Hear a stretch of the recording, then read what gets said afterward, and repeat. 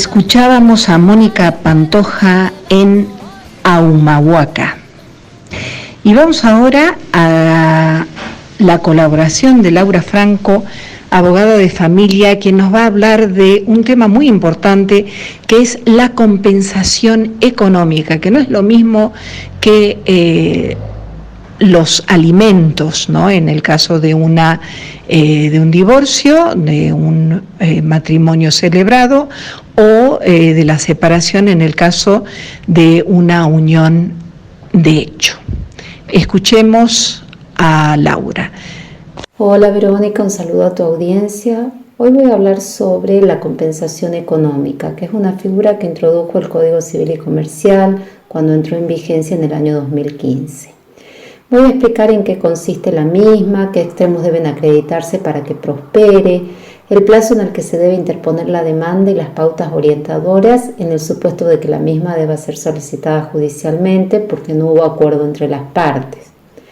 La compensación económica es un mecanismo asignado a cónyuges y convivientes cuando se produce el quiebre conyugal o de la unión convivencial, cuya finalidad es compensar el desequilibrio económico que se produce entre ambos integrantes de la pareja con el divorcio o con el fin de la convivencia.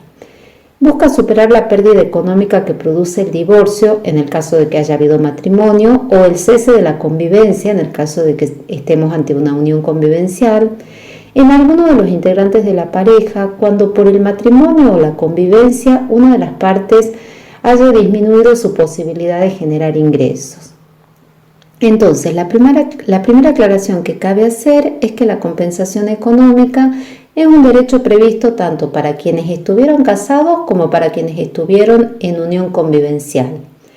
En segundo lugar, cabe aclarar que en el supuesto del quiebre del matrimonio, la compensación puede ser incluida como uno de los puntos del convenio regulador en el proceso de divorcio, como consecuencia de la autonomía de la voluntad de las partes, o bien ser solicitada judicialmente luego del divorcio cuando no hubo acuerdo sobre este punto.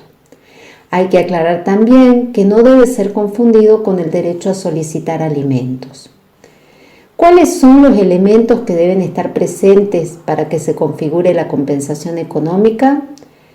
El primero es el desequilibrio económico manifiesto entre un cónyuge o conviviente y el otro. El segundo elemento de ese desequilibrio, implique un empeoramiento de la situación económica del otro. Y el tercer elemento es que tenga por causa adecuada el matrimonio o la convivencia y su disolución a través del divorcio o a través del cese de la convivencia. Es decir, que la compensación económica prevista para estos casos no prospera por el solo hecho del divorcio o del cese de la unión convivencial. No es un efecto natural del mismo, sino que exige que se configuren una serie de circunstancias que deben ser probadas.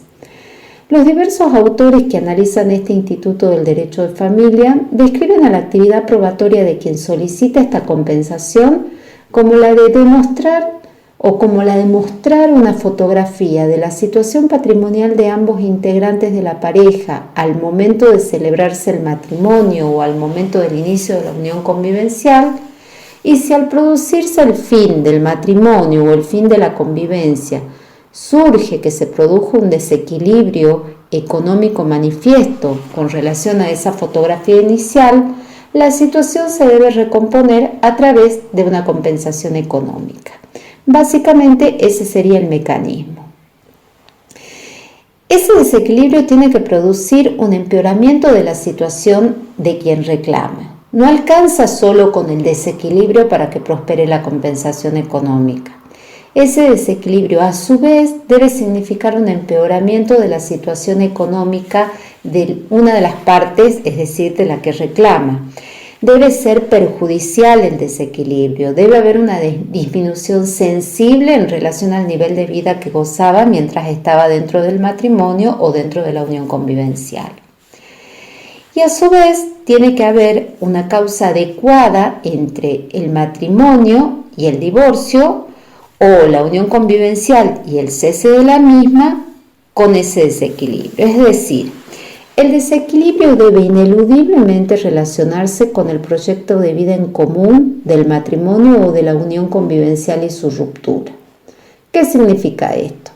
Las situaciones fácticas son tan diversas como parejas existen, pero lo que importa es probar que la renuncia al proyecto de vida individual, llámese trabajo propio, ejercicio de la profesión, venta de bienes propios, para abonar al proyecto de vida en común a través del cuidado de los hijos, el cuidado del hogar, el trabajo en una empresa familiar, en una industria familiar, etc., le implicó a quien solicita la compensación un desequilibrio económico manifiesto, pero que debe apreciarse al momento del divorcio o del cese de la unión convivencial y no luego de un tiempo prolongado, porque en ese caso se rompería ese nexo de causalidad del que venimos hablando. Y justamente este tema viene de la mano de otro que también resulta importante al hablar de compensación económica cuando no hubo un acuerdo voluntario y la parte perjudicada se ve en la situación de tener que solicitarla judicialmente, y que es el tema de la caducidad de la acción. ¿Qué significa esto? Que la acción de compensación económica debe ser interpuesta en un plazo que es bastante acotado, que es de 6 meses corridos, desde que quedó firme la sentencia de divorcio o desde que se produjo el cese de la unión convivencial en caso de que estemos ante estas situaciones. Si no interponemos la demanda en ese plazo, luego ya no se puede hacer porque opera la caducidad del derecho a hacerlo. ¿Cuáles son las pautas orientadoras que van a tener en cuenta los jueces o las juezas para establecer la procedencia de la acción de compensación y el monto de la compensación? Estas son pautas orientadoras, es decir, que pueden probarse otros extremos. En principio son las siguientes: el estado patrimonial de cada uno de los cónyuges o de los integrantes de la unión convivencial al inicio y a la finalización de la vida matrimonial o convivencial. En segundo lugar, la dedicación que cada cónyuge o conviviente brindó a la familia y a la crianza y educación de los hijos durante la convivencia, y la que debe prestar con posterioridad al divorcio o al cese de la unión convivencial. En tercer lugar, la edad y el estado de salud de los cónyuges o convivientes y de los hijos. En cuarto lugar, la capacitación laboral y la posibilidad de acceder a un empleo del cónyuge o conviviente que solicita la compensación económica. Otra pauta orientadora es la colaboración prestada a las actividades mercantiles, industriales o profesionales del otro cónyuge o conviviente. Y por último, la atribución de la vivienda familiar y si recae sobre un bien ganancial, un bien propio o un inmueble arrendado. En este último caso, ¿quién abona el canon locativo? Estas pautas son orientadoras y se podrán acreditar otras situaciones fácticas para demostrar que se dan los elementos de la compensación económica que expliqué antes. La idea de exponer este tema en el programa de hoy, Verónica, surgió porque tu audiencia está constituida en su gran mayoría por mujeres.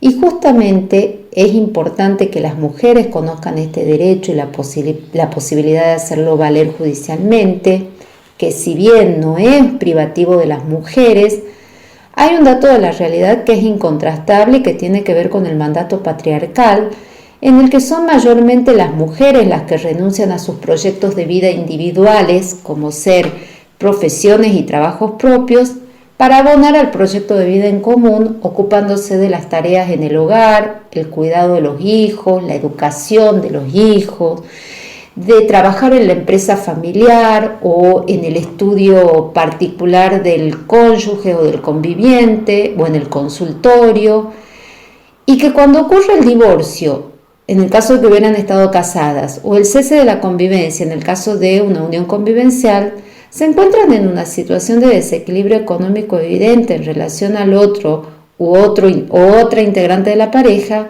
y muchas veces con una edad o una capacitación en las que se les dificulta el acceso al mercado laboral o bien porque la edad de los hijos o por el estado de salud de los mismos o el estado de salud de ella, también les resulta difícil trabajar o generar ingresos propios. Y es ahí donde se configura el desequilibrio. Es decir, mientras estuvieron en el matrimonio o en la unión convivencial, no pudieron ver el desequilibrio. El desequilibrio se produce como consecuencia de esas decisiones de renuncia al proyecto de vida individual por el proyecto de vida en común, y que el desequilibrio se manifiesta al momento de la ruptura, tanto del matrimonio como de la unión convivencial. La idea es esa, que conozcan que existe esta figura legal y que, llegado el caso y que crean que su situación es la que describí, busquen un asesoramiento profesional. Bueno, Verónica, espero que haya sido de gran utilidad. Un saludo para vos y para tu audiencia. Mil gracias, Laura. Como siempre, una información que nos empodera a todas las mujeres. Y esto ha sido todo por hoy en La Vida en Violeta. Soy Verónica Pereira Carrillo. En operación técnica, Gabriel Campos, a quien volvemos a saludar virtualmente porque sé que está trabajando muchísimo en la edición de estas emisiones virtuales de nuestro programa. Sigamos cuidándonos, seamos solidarias y solidarios. Un gran saludo a todas y a todos. Nos vemos el próximo martes en La Vida en Violeta. Esto fue La Vida en Violeta, una propuesta de nuevos enfoques, iniciativas y empoderamiento. Te esperamos todos los martes. Tu radio, FM Sol 100.1, San Salvador de Jujuy, Argentina.